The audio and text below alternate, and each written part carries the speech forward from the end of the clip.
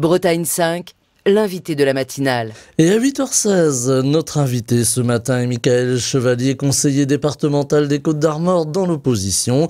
Il est également vice-président de Dinan Agglomération et maire de Plumogat. C'est important de le signaler et il est venu ce matin. Alors je ne sais pas si c'est de Plumogat, mais pour être en direct avec nous dans la matinale, je l'en remercie. Bonjour. Bonjour et à vos auditeurs. Voilà, on va parler de politique, on va parler aussi de politique départementale. Je voulais commencer, avant de nous pencher sur le budget du département, on va en parler ce matin du département des Côtes-d'Armor, sur la situation politique qui est très compliquée en France aujourd'hui, avec ce contexte d'antisémitisme, ce contexte de France fracturée. L'élu que vous êtes, j'imagine ça vous interpelle, que ça vous inquiète peut-être aussi ? Bien sûr, je crois qu'aujourd'hui, notre démocratie est atteinte dans ses entrailles et ce qui se passe sur le plan international a de quoi nous inquiéter. Certains comparent la situation aux années 30 où on avait effectivement un certain nombre d'éléments qui déjà pouvaient nous inquiéter. Et clairement, aujourd'hui, ces mêmes paramètres, on les retrouve quand on voit les conflits qui sont en train de se réouvrir, notamment au Moyen-Orient, les relations internationales qui se dégradent, on a de quoi s'inquiéter effectivement. Et il y a l'importation de ce conflit entre Israël qui combat le Hamas dans la bande de Gaza, avec tous les drames humains que cela comporte, des deux côtés évidemment. Il y a une crainte de l'élu que vous êtes là encore, de cette importation du conflit sur le terrain ici en France. Mais je crois que la difficulté, c'est que l'amalgame est facile. Là, nous sommes face à un pays qui doit défendre effectivement sa population et on peut comprendre la volonté de trouver une solution donc en éradiquant le Hamas pour ce qui concerne Israël.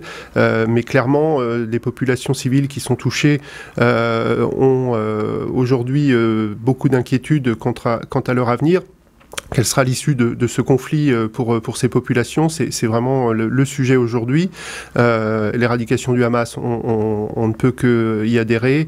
Avoir un avenir, en tout cas des perspectives d'avenir pour les populations palestiniennes doit être aussi une des questions qu'on doit se poser. Et ça crée un climat politique assez délétère ici en France. On a beaucoup entendu, on a beaucoup lu ces temps derniers suite à la marche contre l'antisémitisme et pour la République. Ces déclarations, ces non-déclarations, il y a des mots qui n'ont pas été prononcés. Alors je crois que ça nous rappelle que justement le principe même de la démocratie, c'est de pouvoir exercer, appliquer sa religion comme on le souhaite dans son intimité. Aujourd'hui, la difficulté ou la problématique peut-être, c'est que justement on retrouve les bases de guerre de religion où chacun défend effectivement l'intérêt de sa religion contre effectivement une vie sociale, politique et une démocratie qui du coup s'en trouve forcément un peu abîmée.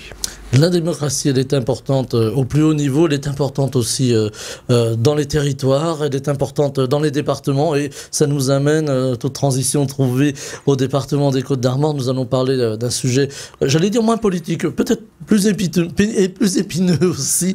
On va parler du budget du département, budget qui suscite des inquiétudes du côté de l'opposition.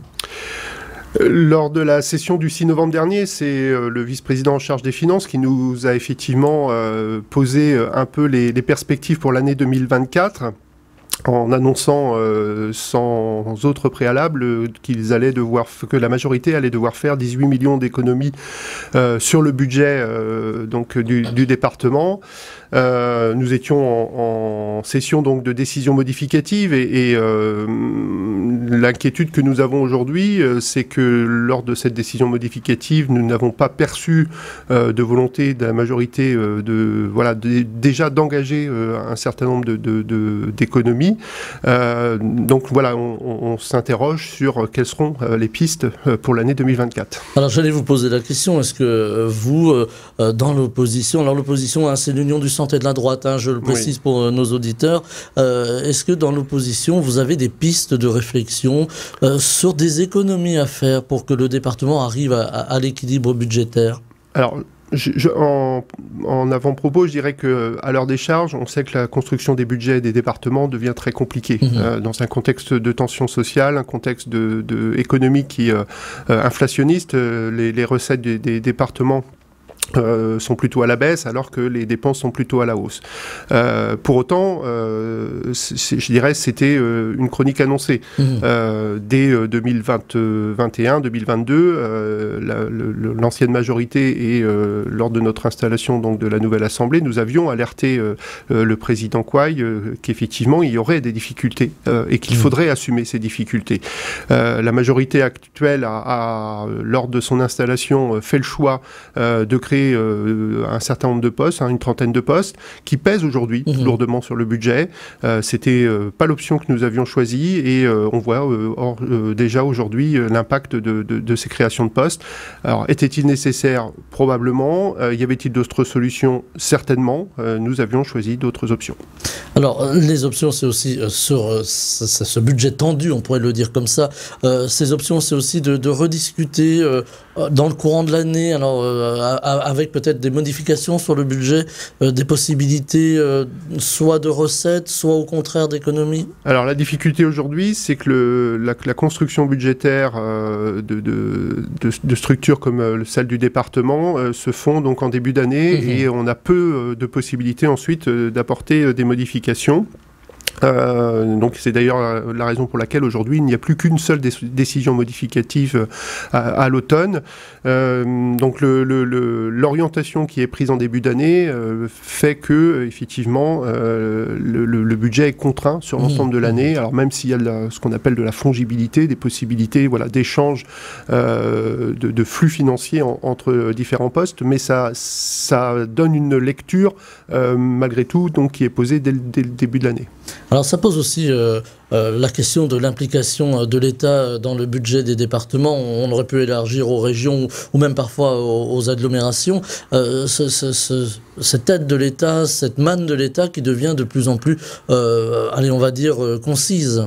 Alors c'est tout le paradoxe, c'est-à-dire que l'État a transféré un certain nombre de compétences aux collectivités, aux départements en particulier, n'a pas toujours accompagné ce transfert de compétences avec les moyens financiers adéquats et ces derniers mois, ces dernières années a modifié considérablement la répartition de la fiscalité et effectivement aujourd'hui on se retrouve pour les départements avec des recettes qui sont indexées sur l'état de santé de l'économie. Plus l'état de santé de l'économie est bonne et plus on a de recettes et moins elle est bonne et moins on a de recettes. Or quand on s'occupe des champs sociaux, tout ce qui concerne l'accompagnement du vieillissement, l'accompagnement des enfants, l'accompagnement de la personne au quotidien, eh bien lorsqu'on est en situation donc en tout cas de tension sur le plan économique, on a d'autant plus de besoins. Donc c'est là où il y a un énorme paradoxe puisque les recettes sont du coup pas forcément en cohérence avec la situation sociale du moment. Alors on a une réforme aussi de la loi sur l'emploi qui fait couler beaucoup d'encre là aussi avec des modifications concernant le RSA en particulier. Les départements vont devoir là aussi revoir un petit peu et leur aide aux bénéficiaires du RSA et également les devoirs des bénéficiaires du RSA. Est-ce que finalement c'est une bonne idée ou une fausse bonne idée? Voilà, là encore une question qui peut marcher dans les deux sens. Encore une fois, la réponse n'est pas simple parce qu'on sait qu'il y a des situations donc d'allocataires du RSA qui aujourd'hui font que le retour à l'emploi est de toute façon très compliqué. Situation de famille, des situations médicales, un certain nombre d'éléments qui font que de toute façon, malgré la bonne volonté de tout le monde, le retour à l'emploi sera très compliqué. Pour autant, je crois qu'aujourd'hui, il y a effectivement nécessité, devoir d'accompagner par le biais des collectivités à ce retour à l'emploi pour une partie des allocataires RSA. Après, la proposition qui est faite aujourd'hui d'obliger à réaliser un nombre d'heures de services finalement à la collectivité interroge. On a eu par le passé des dispositifs d'accompagnement, par exemple, aux collectivités pour créer des supports d'emploi pour pouvoir justement intégrer des allocataires en situation de difficulté. Je pense que c'était une piste qui aurait pu être à nouveau explorée. On a dans les communes des besoins aussi parfois qui sont sur des petits temps, des temps limités, et les allocataires du RSA auraient pu peut-être apporter leur contribution par ce biais-là. Alors on parle aussi beaucoup de l'éducation. Là aussi, on sait que les départements ont en charge les collèges, hein, c'est important de le préciser. Il y a un collège qui a fait couler beaucoup d'encre dans la presse et sur les ondes, beaucoup de commentaires ces temps derniers, c'est le collège de Corlay. Il fallait économiser sur les collèges ici en Bretagne et particulièrement en Côte-d'Armor. Alors, il y a la méthode et il y a le fond. Sur le fond, normal, effectivement, de s'interroger sur la situation des collèges.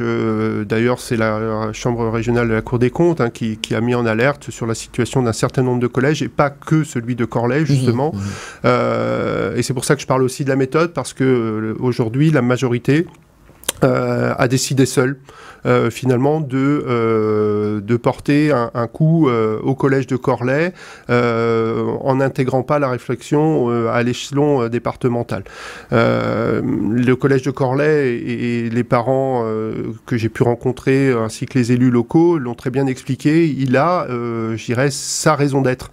Aujourd'hui, lorsque l'on parle de service public dans le milieu rural, la présence d'un collège est un support important, et à partir du moment où on va retirer ce collège, ou en tout cas c'est ce que souhaite la majorité, derrière ça aura des conséquences sur la vie locale dans son entièreté, et en particulier pour ce collège, je crois qu'il y avait peut-être d'autres hypothèses, comme l'ont exprimé les parents.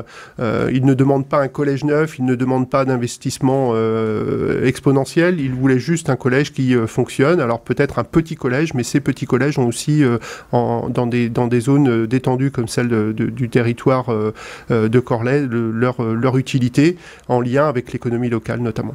Il y a aussi l'aspect humain, voilà, ce sont des petits collèges, hein, comme vous le dites, hein, rien de péjoratif dans petit, évidemment, mais ce sont des collèges à taille humaine, avec les difficultés que l'on voit aujourd'hui. On peut penser au harcèlement scolaire, c'est peut-être mieux d'avoir des collèges à taille humaine? Bien sûr, on aurait pu prendre effectivement le contre-pied en se disant qu'on souhaite en faire un collège d'excellence, en mettant effectivement peut-être un tout petit peu plus de moyens, parce que les enfants qui sont dans ces territoires sont aussi plus éloignés de certains autres services, la culture, le sport, même si il y a déjà beaucoup de choses qui se font dans ces territoires à des échelles très différentes de zones urbaines. Mais voilà, on aurait pu effectivement faire ce choix-là en se disant, voilà, on met en place un certain nombre de dispositions pour pouvoir accompagner ces collégiens et faire en sorte qu'ils trouvent leur place dans cet espace rural. Alors aujourd'hui, on a les espaces ruraux, on a l'espace littoral. Vous me suivez à demi-mot, ça va nous amener sur le logement. La Bretagne est attractive, les Côtes-d'Armor aussi, puisque nous parlons des Côtes-d'Armor ce matin. Mais les Côtes-d'Armor n'échappent pas à ce problème de logement. Ces logements qui restent vacants parfois sur nos côtes, ou qui sont loués, allez, on va dire chez Airbnb, allez, pourquoi pas les citer entre autres. Ça pose un problème pour les primo-accédants ou les jeunes ménages qui veulent se loger en Bretagne et dans les Côtes-d'Armor, et qui souvent sont obligés d'aller dans les terres, et finalement le problème les suit également là-bas. Alors la question du logement en ce moment en Bretagne et plus globalement en France est explosif. Je pense que le terme est à propos. J'ai pu parler à certaines occasions de bombes sociales. Il se trouve que j'ai l'honneur d'être coprésident du comité régional de l'habitat et de l'hébergement, et c'est vrai que cela nous préoccupe au quotidien. Nous étions d'ailleurs encore hier avec les élus du conseil régional à échanger sur les problématiques donc générées par la question du logement.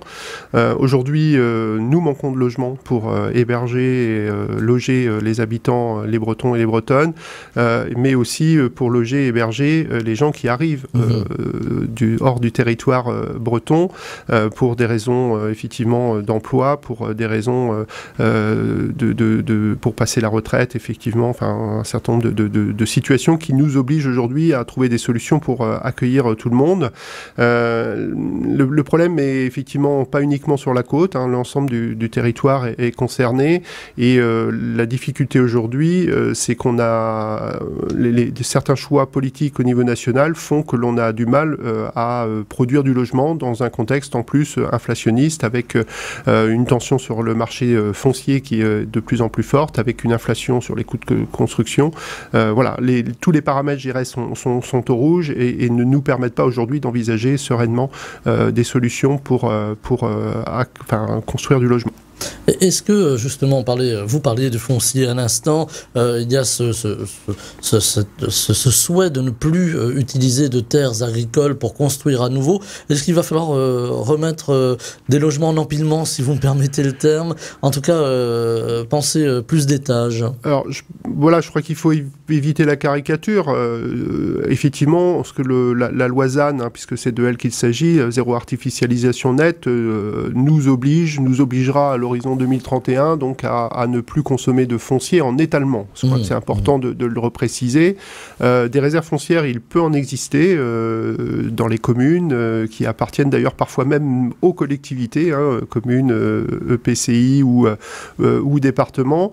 Et donc il va falloir faire un recensement exhaustif de ces réserves foncières qui peuvent exister aujourd'hui, de manière à anticiper effectivement l'application de cette nouvelle loi ZAN. Pour autant, effectivement, le principe même donc, de non-consommation du foncier nous obligera effectivement à imaginer d'autres formes urbaines, d'autres modèles de construction. Est-ce que c'est la fin du pavillon tel qu'on l'a connu? Très probablement. Est-ce que c'est grave en soi? Là, je laisse la question ouverte.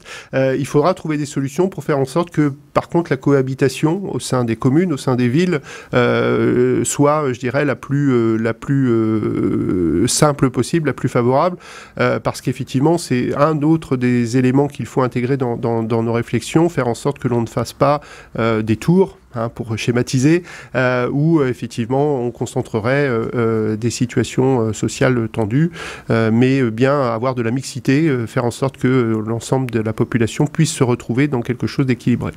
Alors la mixité, le mot est lâché, aujourd'hui on en parle beaucoup de cette mixité, puis on parle aussi de ceux qui arrivent, qu'on appelle les réfugiés, les migrants, ils arrivent sur le territoire, en Bretagne comme ailleurs, la Bretagne est une terre d'accueil, voilà, alors on va peut-être pas rentrer dans les grandes considérations géopolitiques ou géostratégiques, comment accueillir les migrants. Là, on est au comment bien les accueillir sur nos territoires, et c'est pas toujours simple, ça crée aussi des tensions.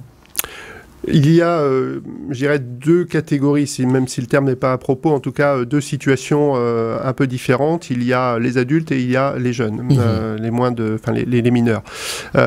Pour ce qui concerne les adultes, c'est plutôt du ressort de l'État. Et effectivement, le contexte international qu'on évoquait tout à l'heure, le fait que aujourd'hui l'économie mondiale d'une manière générale pose quelques inquiétudes, nous oblige aujourd'hui à devoir faire face à effectivement des flux migratoires assez importants. L'État essaye j'imagine, de trouver les meilleures solutions possibles. Pour autant, les flux donc sont là. Pour les mineurs, c'est un peu plus compliqué parce que là, c'est le département effectivement qui est en gestion les mineurs. On a des obligations, on a, je dirais, des ambitions affichées pour pour faire en sorte que cet accueil soit le meilleur possible. Cependant, aujourd'hui, le nombre de jeunes à accueillir fait que, de toute façon, on ne peut le faire dans de bonnes conditions, en tout cas, avec un flux qu'il faut maîtriser au quotidien et avec les difficultés que cela peut générer derrière, de mettre dans un même ensemble, dans un même périmètre, des jeunes qui viennent de plusieurs nations, de plusieurs origines et qui, du coup, en termes de relations, voilà, ça peut parfois poser quelques problèmes. Alors, il y a les problèmes culturels, hein, on peut les imaginer, des problèmes sociaux aussi. Il faut que ces mineurs puissent trouver un lieu pour pouvoir peut-être apprendre la langue parfois, pour pouvoir avoir accès à l'éducation ou la formation. Voilà, effectivement, ça pose d'ailleurs pour les adultes comme pour les plus jeunes, toute la question de l'intégration, comment on intègre ces jeunes, comment on les accompagne pour prendre la capacité à s'intégrer dans notre territoire. Question effectivement de la langue, question du travail, comment on va pouvoir effectivement les former, les amener à se former sur des emplois. La facilité, c'est de dire effectivement on les oriente vers les emplois aujourd'hui où il y a de la forte tension, mais c'est un peu ce qu'on entend. Voilà, mais cependant ils ont aussi des aspirations et c'est pas forcément leur choix à eux. Donc il faut trouver le bon équilibre entre tout ça. La vraie difficulté aujourd'hui, c'est plus le nombre à gérer à l'instant T qui effectivement génère derrière des difficultés d'accompagnement, de mobilisation d'agents pour pouvoir justement prendre en charge correctement ces jeunes. Alors on va être un peu trivial, ça aussi un coût, un jeune mineur non accompagné qui arrive, qui débarque, je sais pas, à Plumogat, tenez, au hasard, c'est un coût aussi, il faut pouvoir l'assumer. Et là encore, on revient au budget du département. Tout à fait. Et alors, la probabilité qu'il débarque à Plumogat est quand même assez faible, mais pour autant, voilà, ça nous oblige au moins à avoir cette réflexion. Et là encore, l'État donc aujourd'hui n'est pas en capacité d'accompagner les départements au juste niveau, donc il faut effectivement trouver dans les ressources du département, par obligation, mais aussi par devoir, donc des réponses à ces situations, et le coût financier effectivement à apporter est assez important. Mais là encore, en écho à ce que je disais tout à l'heure, c'était quelque chose que l'on pouvait anticiper, ou que l'on devait anticiper en tout cas, parce qu'on savait que la situation allait dans ce sens-là. On va terminer avec la santé, c'est aussi une grande préoccupation, alors plus largement en France, mais là encore, vous me permettrez d'être un peu chauvin, ici dans les Côtes-d'Armor, on a du mal dans les communes à trouver des médecins qui veulent s'installer, qui souhaitent y rester, c'est pas toujours simple non plus. Là je m'adresse un peu à l'élu plus largement d'une commune telle que Plumogat, ou plus largement l'élu au niveau du département. Est-ce que c'est là aussi un des grands défis des années à venir, avoir un schéma médical sur les Côtes-d'Armor qui pourrait permettre à chacun de se faire soigner dans de bonnes conditions ? Lors de la campagne électorale dernière, donc pour les départementales, les élus de la majorité actuelle avaient porté de grandes ambitions sur cette thématique.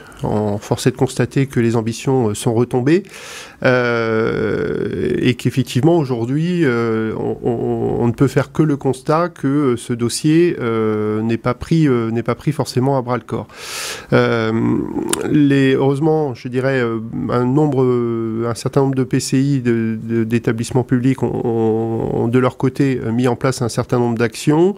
Il faut savoir aujourd'hui que la population rurale a, je dirais, un taux de fréquentation et d'accès aux médecins qui est plus faible que dans les villes, mais pour autant, le problème n'est pas que rural.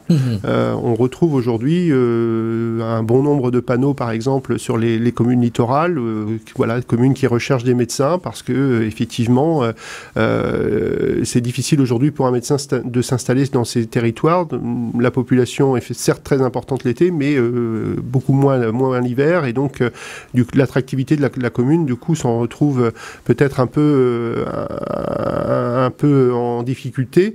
Et clairement, aujourd'hui, la question se pose vraiment sur l'ensemble du territoire costarmoricain. Médecins, dentistes. Les dentistes, aujourd'hui, on sait que ça devient un problème. Spécialistes aussi de la médecine. Et on commence même à avoir des difficultés à trouver des kinés, voilà, toutes les professions paramédicales aussi qui commencent à poser problème. Donc oui, je crois qu'il y aurait nécessité aujourd'hui d'avoir, alors le mot est un peu galvaudé en ce moment, des assises, en tout cas une grande réflexion qui permette de poser sur du long terme quels sont les enjeux pour pouvoir mieux intégrer et mieux accueillir les médecins sur notre territoire. Lorsque nous étions en responsabilité sur le mandat précédent, nous avions, avec la faculté de médecine de Rennes, pris un certain nombre de dispositions, notamment la possibilité d'ouvrir la première année de médecine donc sur le campus de Saint-Brieuc. Je pense que ça a été une première démarche très positive.